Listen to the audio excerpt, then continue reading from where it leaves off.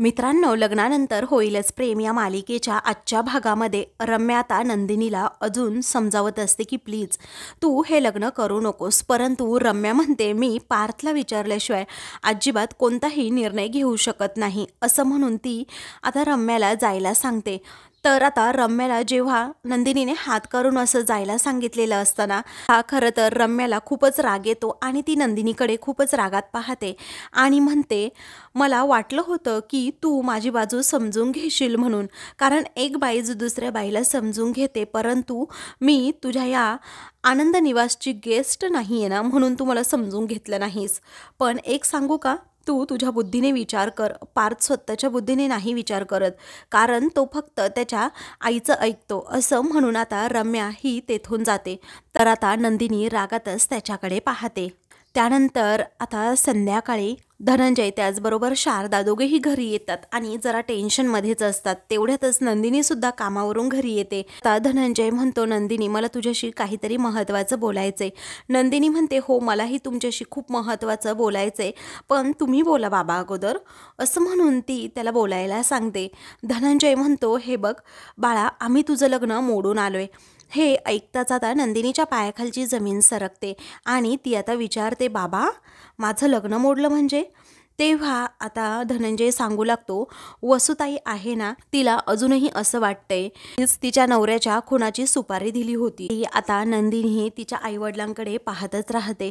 काही वेळात आता शारदा म्हणते की पण असं काही नाहीये नंदिनी, कारण तुझ्या बाबांनी तेव्हा असं काहीही केलेलं नव्हतं आणि ते कोर्टातही पूर्णपणे सिद्ध. नंदिनी आता खूपच गोंधळते आणि कावरीबावरी होते. पुढे आता धनंजय म्हणतो पण वसुताईच्या कोर्टातील आरोपी अजूनही मीच आहे नंदिनी. पण इतकी वर्ष झाली तरीही ती अजूनही तो राग मनातला घालवत नाहीये, कारण तिच्यासाठी आरोपी फक्त मीच आणि मी आहे. आणि पार्थबद्दल अजून एक गोष्ट आम्हाला समजली. तेव्हा नंदिनी विचारते काय? तर आता शारदा म्हणते की पार्थचं दुसऱ्याच कोणत्या तरी मुलीवर प्रेम आहे. तेव्हा आता नंदिनी म्हणते रम्याना. त्याचवेळी धनंजयला आणि शारदाला मोठा धक्का बसतो की हिला कसं माहीत रम्याबद्दल. तेव्हा धनंजय आता विचारतो तुला हे माहीत आहे नंदिनी? तेव्हा नंदिनी म्हणते नाही बाबा, आणि मला सुद्धा आत्ता आजच कळलंय, कारण ती रम्या आहे ना, ती आनंद निवासमध्ये आली होती. तेव्हा आता नंदिनी सगळं काही पुढे सांगू लागते की कशा प्रकारे रम्या आनंद निवासमध्ये येऊन गोंधळ घातला होता आणि मला सारखी म्हणत होती की पार्थ बरोबर असणारं लग्न तू मोडून टाक, कारण माझं त्याच्यावर प्रेम आहे आणि पार्थचंही माझ्यावर प्रेम आहे, कारण त्याने आय टू लव्ह यू असं पत्रावर लिहिलं होतं. पण मी हे कधीही मान्य करणार नाही बाबा, कारण मला पार्थच्या तोंडून सगळं काही ऐकायचंय. हे असं सांगून आता नंदिनी एकदम शांत होते. तेव्हा धनंजय आणि शारदाला मोठा धक्का बसतो की माझ्या मुलीचं लग्न जुळवणं म्हणजे सगळं काही गुंताच आहे. पुढे आता नंदिनी सांगू लागते की बाबा अजून एक गोष्ट तिने मला दाखवली, ती म्हणजे मंगळसूत्र. तिने मंगळसूत्र मला दाखवलं आणि म्हणाली की हे पार्थने माझ्या गळ्यात घातलं होतं. पुढे आता धनंजयला मोठा धक्काच बसतो की गोष्टी इथपर्यंत गेल्या आहेत. त्यानंतर नंदिनी म्हणते बाबा तिने अजून एक गोष्ट सांगितली की पार्थचं सुद्धा तिच्यावर प्रेम आहे, फक्त मानिनी काकूंमुळे तो ते व्यक्त करत नाहीये आणि म्हणूनच ते माझ्याशी सुद्धा लग्न करतायत. त्याच वेळी आता शारदा एकदम खालीच बसते आणि म्हणते अरे देवा, अगोदर हे सगळं काही वसुताईने सांगितलं आणि मग नंतर रम्याने सांगितलं. आता आपल्याला हे सगळं वेळीच कळायला हवं होतं, हो की नाही हो? मग आता धनंजय तिला समजावतो शारदा अगं लग्न अगोदर या गोष्टी समजल्या त्या बऱ्या नाहीत का? त्याचवेळी आता ते दोघेही खूप टेन्शनमध्ये असतात. म्हणूनच आता नंदिनी म्हणते एक मिनिट, मी अजूनही रम्यावर विश्वास ठेवलेला नाही आहे आणि पार्थवर संशयसुद्धा घेतलेला नाही आहे. तुला काय वाटतं गाई, असं असेल का? त्यावेळी आता शारदा म्हणते नाही, मला नाही वाटत पार्थ असं काही लपवून ठेवेल आपल्यापासून. जर तसं काही त्याचं असतं तर त्याने अगोदरच सगळ्या गोष्टींचा उलगडासुद्धा केला असता. त्याचवेळी पुढे आता धनंजय विचारतो बाळा पण रम्याने येऊनच का हे सगळं सांगावं? त्यावेळी आता ती म्हणते हो ना बाबा, मला तेच म्हणायचंय, पार्थने अगोदर सांगितलं असतं आपल्याला जर काही असतं त्या दोघांमध्ये तर, आणि लग्नाला सुद्धा उभे राहिले नसते, कारण त्यांचं खरं प्रेम असतं ना त्यांनी काहीतरी स्टँड घेतलाच असता. पण आता मला एक गोष्ट करायची, ती म्हणजे पार्थला भेटायचंय आणि त्यांच्या तोंडून ऐकायचंय आणि तरच मी पुढचा निर्णय घेऊ शकते बाबा. त्यावेळी धनंजय म्हणतो नाही बाळा, तू असं नाही करू शकत. तेव्हा आता नंदिनी म्हणते नाही बाबा, मी पार्थ बरोबर बोलणारच आणि मग काय तो डिसिजन घेणार, कारण काही निर्णय घेण्या अगोदर मी त्याच्याबरोबर बोलतेच. शारदा आता म्हणते जर तुला बोलायचं असेल तर तू बोलू शकते. मग आता धनंजय म्हणतो ह्या अशा बोलण्यामध्ये काहीही अर्थ नाही. आता माझ्या नंदिनीसाठी एखादा चांगला मुलगा नक्कीच कुठेतरी मिळेल. तेव्हा नंदिनी म्हणते मुलगा तर मिळेलच हो बाबा चांगला, मला चांगला मुलगा मिळेल, त्यांना चांगली मुलगी मिळेल, पण आमच्यामध्ये जे काही जुळलंय त्याचं काय. म्हणून ती पारच्या स्वप्नामध्ये अगदी हरवून जाते. तर आता शारदा धनंजय एकमेकांकडे पाहतच राहतात. कसं आहे ना बाबा, पारच्या नजरेमध्ये जो खरेपणा आहे ना तो मला अगदी मनापासून आवडतो. तसं तर आनंद निवासच्या कामानिमित्ताने मी शेकडो लोकांना भेटते, त्यामुळे एखाद्याच्या नजरेतली लबाडी आणि खोटेपणा मी तर क्षणातच ओळखू शकते. परंतु पार्थकडून ती वाइब्स मला कधीही मिळाली नाही, कारण रम्याने जे सांगितलंय ना त्यावर माझा विश्वासच नाहीये. आणि असं दुसऱ्या कोणाकडून तरी ऐकून आपल्या होणाऱ्या जोडीदारावर अविश्वास दाखवणं हा सुद्धा माझा स्वभाव नाहीये. तेव्हा धनंजय म्हणतो नको बाळा बोलूस, तुला त्रास होईल. त्यावेळी ती म्हणते नाही बाबा, मला फक्त एकदाच त्यांच्याबरोबर बोलू द्यात, मग तुम्ही जे ठरवाल ना ते मला मान्य असेल. असं म्हणून आता ती रूमकडे जायला निघते. तर दुसरीकडे आता पार्थ हा एकदम शॉकमध्ये असतो, कारण त्याच्या आईबाबांनी त्याला जे सांगितलेलं असतं ते ऐकूनच त्याला धक्का बसतो. मग आता तो विचारतो काय आईबाबा, म्हणजे नंदिनीच्या आईबाबांनी लग्न खरंच मोडलं. मग आता ते दोघेही म्हणतात हो, कारण वसुताईंनी जी वॉर्निंग दिली होती त्यामुळे ते दोघेही खूप घाबरले, इकडे आले आणि त्यांनी लग्नच मोडलं. तेव्हा पार्थ म्हणतो काय वेडेपणा आहे हा, असं म्हणून तो खूपच भडकतो आणि म्हणतो की मी आजपर्यंत वसुआत्याच्या अंगाखांद्यावर खेळलो आहे. लहानपणापासून रम्या आणि माझ्यामध्ये त्यांनी कोणताही दुजाभाव केला नाही, म्हणून मी त्यांचा एवढा आदर करत होतो आणि त्यांनी माझ्या बाबतीत हा असला काही विचार करावा हे मला अजिबात पटत नाही आहे. त्यांना वाटेल तसं त्या मनमानी करणार आणि मी ऐकणार असं कधीही होऊ शकत नाही आई बाबा. असं म्हणून तो आता भयंकर चिडतो आणि म्हणतो मी आत्ताच्या आत्ता जाऊन नंदिनीच्या आई वडिलांबरोबर बोलून येते. दोघेही पारचा हात पकडूनच ठेवतात आणि म्हणतात बाळा एकदम शांत हो, अजिबात कोणताही डोक्यात असा राग घालून घेऊ नकोस. त्यावेळी पार्थ म्हणतो आई पण अगं त्यांनी समजून घ्यायला नको का. त्याच वेळी आता विक्रम म्हणतो बाळा अरे ऐक ना, नंदिनीला जेव्हा ही गोष्ट समजेल ना तेव्हा ती सुद्धा नाराज होईलच ना, आणि तिलाही तुझ्याकडून काही प्रश्नांची उत्तरही हवीच असणार. पुढे आता तुम्ही शांतपणे बोला आणि मग ठरवा उद्या काय करायचं ते. त्याच वेळी आता पार्थ म्हणतो ठरवायचं काय आहे बाबा, ऑलरेडी ठरलेलं आहे सगळं. आणि अजून एक तुम्हाला मी सांगतो की मी वसुआत्याला आता सांगणार आहे, नंदिनी जर या घरात आली तर तिला या घरात कोणताही त्रास होता कामा नये, हीच मला आता वसुआत्याकडून खात्री करून घ्यायची आहे. तेव्हा पुढे आता विक्रम म्हणतो नाही बाळा, नंदिनीला या घरात कोणताही त्रास होणार नाही, प्रश्नच येत नाही तिला त्रास होण्याचा. मानिनी म्हणते नाही होणार आपल्या नंदिनीला काही त्रास, मीही ती लग्नानंतर तिची काळजी घेईल आणि वसुताईंच्या लहरीपणापासून तिला जपून ठेवीन, तिचा सांभाळ करेन. हे सगळं नंदिनीला सांग, पण उद्या ना शांतपणे सांग. त्यावेळी विक्रम म्हणतो की बाळा हे फक्त तू नंदिनीशीच बोल, बाकी कुणाला काही सांगण्याची गरज नाही, मला असं वाटतंय पर्सनली, मग बघ तुला काय निर्णय घ्यायचा आहे तो. त्याच वेळी नंदिनी तशी समंजस आहे. तेव्हा पार्थ म्हणतो एनिवेज रात्र खूप झाली आहे, तुम्ही जाऊन झोपा आता. तुम्ही एक काम करा, अजिबात टेन्शन घेऊ नका, बाकीचं उद्या सगळं मी हँडल कर. तेव्हा त्याचे आईबाबा झोपायला जातात. तर आता पार्थ हा विचार करत राहतो की रम्या आणि वसुआत्या मला लागलेलं ग्रहणच आहे म्हणायचं. त्यामुळे तो आता खूपच टेन्शनमध्ये येतो, त्याला काय करावं सुचत नाही. आता कधी एकदा तो नंदिनी बरोबर बोलतोय असं त्याला नेहमी होत असतं. दुसरीकडे नंदिनी रूममध्ये येते खरी, परंतु आता तिला चैनच पडत नसते. तिला सतत रम्याचं बोलणं आठवत असतं. तिचं मन आता चलबिचल झालेलं असतं की पार्थने खरंच रम्याला प्रपोज केलं असेल का, पार्थ आणि रम्यामध्ये काही नातं असेल का, त्याचबरोबर तिने जे मंगळसूत्र दाखवलं होतं खरंच या दोघांनी लग्न केलं असेल का, असे अनेक प्रश्न तिच्या मनात अक्षरशः आता गोंधळ घालू लागतात. तर दुसरीकडे आता पार्थला सुद्धा सारखं मानिनीचं बोलणं आठवत असतं की वसुताईने त्या दोघांना वॉर्निंग दिली की तुमच्या नंदिनीला या घरात त्रास होईल, म्हणून त्या दोघांनी काय केलं तर लग्नच मोडून टाकलंय. तर इकडे आता नंदिनी म्हणते की मला तर काही खरंच वाटत नाही. त्यानंतर रम्याचं तिला बोलणं आठवतं की प्रेमाच्या सर्व सीमा ओलांडून आमचं प्रेम पलीकडे गेलं आहे. खरंच असेल का पार्थचं रम्यावर प्रेम. तर दुसरीकडे पार्थ म्हणतो माझं अजिबात त्या रम्यावर प्रेम नाही आहे. वसुआत्याला काय गरज होती नको त्या गोष्टी सांगण्याच्या. त्यावेळी तो असा विचार करत असतो. तर दुसरीकडे नंदिनी म्हणते या सगळ्या गोष्टींचा छडा योग्य वेळी लावला पाहिजे. ती म्हणते यांच्याशी मला बोलायलाच हवं. मग दुसरीकडे पार्थसुद्धा म्हणतो मला आत्ताच्या आत्ता नंदिनींबरोबर बोलायलाच हवं. ते दोघेही आता फोन हातात घेतात खरं, पण करू का नको असं त्या दोघांच्याही मनात येत असतं. कारण आता खूप रात्र झाली आहे आणि असं फोनवर बोलणं योग्य नाही असं नंदिनी आणि पार्थला एकाच वेळी वाटत असतं. त्यामुळे आता ते दोघेही उद्याच बोलण्याचं ठरवतात आणि डायल केलेला नंबर पटकन दोघेही कट करून टाकतात. त्यानंतर आता पार्थला आठवतं की कशाप्रकारे आमची भेट झाली आणि त्या भेटीचं रूपांतर मैत्रीत होतंय आणि त्याचबरोबर मैत्रीचं रूपांतर आता आमच्या प्रेमात होतंय. सगळं आठवून तो आता खूपच खुश होतो. त्याचवेळी आता पार्थ पूर्णपणे नंदिनीच्या स्वप्नांमध्ये आता हरवून गेलेला असतो.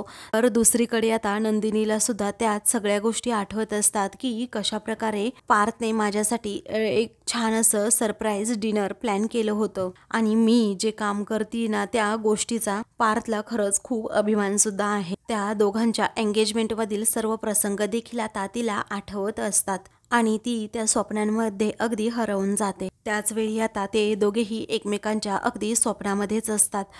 तर दुसऱ्या दिवशी आता नंदिनी आनंद निवासमध्ये येते. आता तिला काही सुचत नसतं, ती तिच्याच आता विचारांमध्ये असते. तेवढ्यातच तेथे आता पार्थ येतो आणि म्हणतो नंदिनी तुम्ही असं कसं करू शकता? अहो माझ्या हत्याने तुमच्या घरच्यांना काहीतरी सांगितलं, तुमच्या घरचे आमच्या घरी आले आणि लगेच नको तो निर्णय घेत लग्न मोडलं. तेव्हा नंदिनी आता पार्थकडे पाहतच राहते. त्याचवेळी आता लग्न जमवताना एवढी सर्व मंडळी होती, किमान लग्न मोडताना निदान तुमच्यामध्ये मी असायला नको का असं आता पार्थ तिला विचारतो. तर ती एकदम शांत शांत असते. अहो एवढा मोठा निर्णय घेताना तुम्हाला माझ्याशी एकदाही बोलावंसं वाटलं नाही का? पार्थ सतत तिला विचारतो. तेव्हा नंदिनी आता पार्थकडे पाहतच राहते आणि त्याला म्हणते पाणी घ्या. तेव्हा तो आता म्हणतो पाणी नको आहे मला. मग आता ती तो ग्लास तेथेच ठेवून देते. त्याचवेळी नंदिनी म्हणते की माझ्या आईबाबांनी लग्न मोडण्याचा निर्णय फक्त आणि फक्त तुमच्या आत्यामुळे घेतलाय आणि त्यांचं बोलणं ऐकल्यानंतर कुठल्याही मुलीच्या आईवडिलांची झोप मोडलीच असती. तेव्हा पार्थ आता विचारतो म्हणून तुमचंही मत तेच झालं का की लग्न होऊन घरी आल्यानंतर तुम्हाला कोणी त्रास देईल म्हणून तुम्हाला होणारा त्रास मी सहन करेल असं वाटतं का तुम्हाला?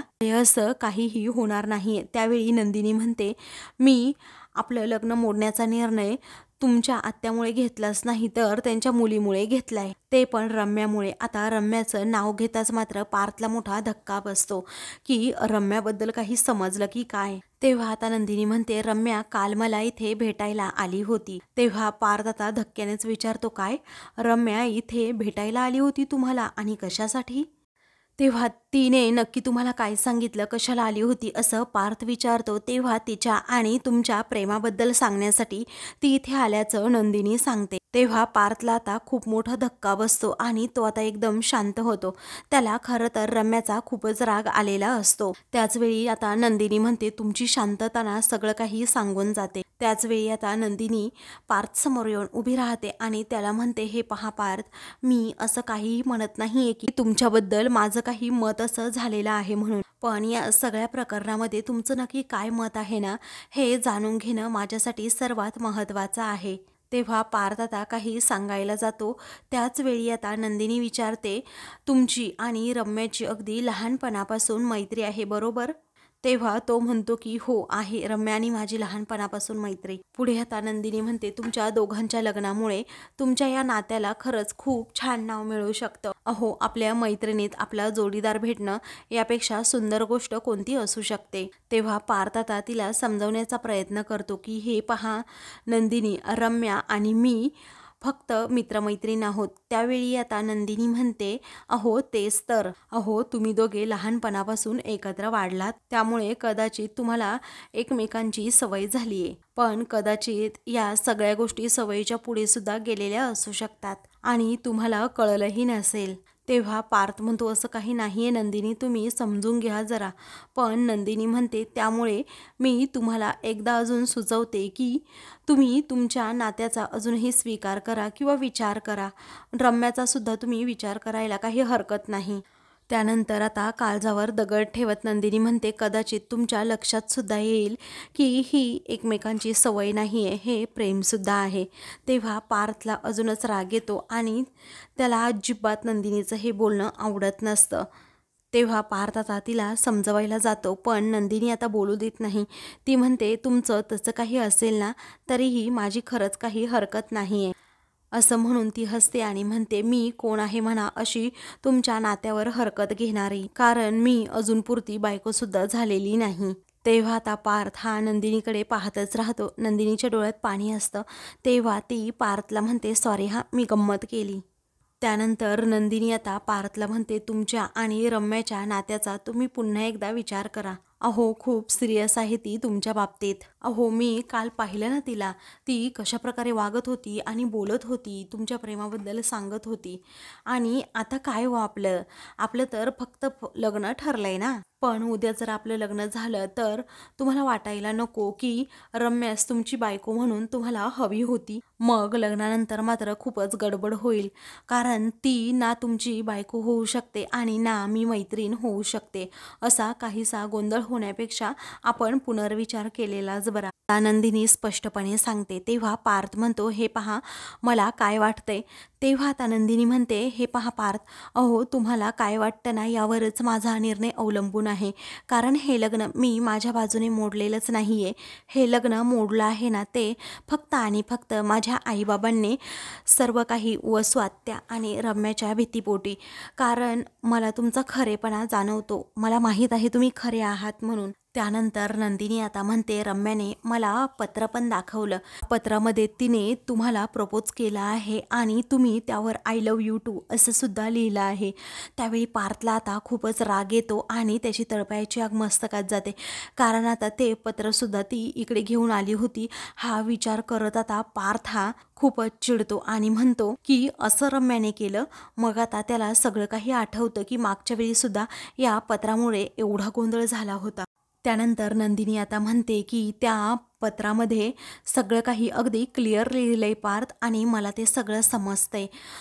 तेव्हा तो म्हणतो, ते पत्र? मग आता ती म्हणते, अहो ते पत्र खरंच होतं ना. त्यावेळी तो सांगण्याचा प्रयत्न करत असतो ते पत्र खोटं आहे, परंतु नंदिनी ऐकून घेत नाही. मग आता रम्या आणि तुमची जोडी खरंच खूप छान दिसेल एकत्र असं नंदिनी म्हणते. आणि जर तुम्ही माझ्या आयुष्यात नसाल ना तरीही मी अगदी आनंदी राहील, माझ्या मनाप्रमाणे जगेल असं आता नंदिनी स्पष्टपणे त्याला सांगत असते. तेव्हा एवढं तुटकपणे नंदिनी का बोलतीये हेच पार्थला कळत नाही. त्या पत्राबद्दल पार्थ पुन्हा पुन्हा सांगण्याचा प्रयत्न करत असतो की ते खोटं आहे. तेव्हा नंदिनी म्हणते, हे पहा, त्या पत्रावर तुम्ही आय लव्ह यू टू असं लिहिलं होतं आणि ते मी पाहिले, तिने मला दाखवलंय सगळं काही. ती खरंच तुमच्या बाबतीत खूप सिरियस आहे, तुम्ही तिचा विचार करायलाच हवा. आता रम्याकडे तुमचं एक वाक्य आहे, ते म्हणजे आय लव्ह यू टू, आणि त्या वाक्यामुळेच ती तुमच्याकडे पाहून, त्या वाक्याकडे पाहून अख्खं आयुष्य काढू शकते. मी तुमच्याबरोबर अख्खं आयुष्य काढावं यासाठी माझ्याकडे तर कोणतंही कारण नाही आहे. तेव्हा पार्थ हा नंदिनीकडे पाहतच राहतो, कारण नंदिनीचं बोलणं ऐकताच त्याला शॉक बसलेला असतो. सो त्यामुळे मी तुम्हाला एक सुचवेन की तुमच्या आणि रम्याच्या नात्याचा पुन्हा तुम्ही एकदा विचार करा. जा, तुम्ही अजूनही वेळ गेलेली नाही. तेव्हा पार्थला खूप वाईट वाटतं की नंदिनीने असं एका क्षणात नातं कसं काही तोडलं. त्यानंतर आता पार्थला आठवतं की पिहूने हे सगळं काही केलं होतं. मग आता तो जायला निघतो. तेव्हा नंदिनी म्हणते, चाललात? त्यावेळी आता पार्थ पुन्हा एकदा मागे येतो आणि म्हणतो की फक्त 15 मिनिट द्या मला, तुमच्याकडे आहेत ना ते 15 मिनिट, त्या 15 मिनिटांमध्ये आपण सगळं काही क्लिअर करून टाकूयातच आता. असं म्हणून आता तो तिला पुन्हा विचारतो, तुम्ही थांबाल ना 15 मिनिट? मग आता ती म्हणते, हो मी तुमची वाट पाहिल, तुम्ही या 15 मिनिटामध्ये. तेव्हा आज या गोष्टीचा सोक्षमोक्ष आपण लावूनच टाकूयात असं आता पार्थ म्हणतो आणि तेथून जातो. तर नंदिनी पार्थकडे पाहतच राहते आणि त्याच्या आठवणीत हरवते. पार्थच्या डोळ्यामध्ये तिला खरेपणा दिसत असतो. तर आता मित्रांनो, पुढील भागामध्ये पार्थ हा ते लेटर घेऊन येतो आणि नंदिनीला दाखवतो. म्हणतो, हेच ते लेटर ना जे रम्याने तुम्हाला दाखवलं होतं? तेव्हा आता ती म्हणते, हो. तेव्हा पिहूला आता तो घेऊन आलेला असतो आणि जे काही खरं आहे ना ते बोलायला सांग. तर दुसरीकडे वसू रम्याला फोन करून म्हणते, देवाने जरी ठरवलं तरीही हे लग्न होणार नाही. तर आता नंदिनीच्या मनात असणारा गैरसमज पार्थबद्दलचा दूर होतो. त्यामुळे ती आता घरातील सर्वांना म्हणते की पार्थचं अजिबात रम्यावर प्रेम नाहीये आणि त्यांच्या या बोलण्यावर माझा पूर्णपणे विश्वास आहे. विक्रम आणि मानिनी सुद्धा तिथे आलेले असतात. तेव्हा धनंजय म्हणतो त्या घरामध्ये वसुताई सुद्धा असणार आहेत. तेव्हा तू त्यांना ओळखत नाहीयेस, त्या तुझं जगणं कठीण करून टाकतील असं आता जेव्हा धनंजय म्हणतो ना, तेव्हा मात्र आता नंदिनीला खूप टेन्शन येतं. अशाच मालिकेंचे पुढील भाग पाहण्यासाठी चॅनलला सबस्क्राईब करा.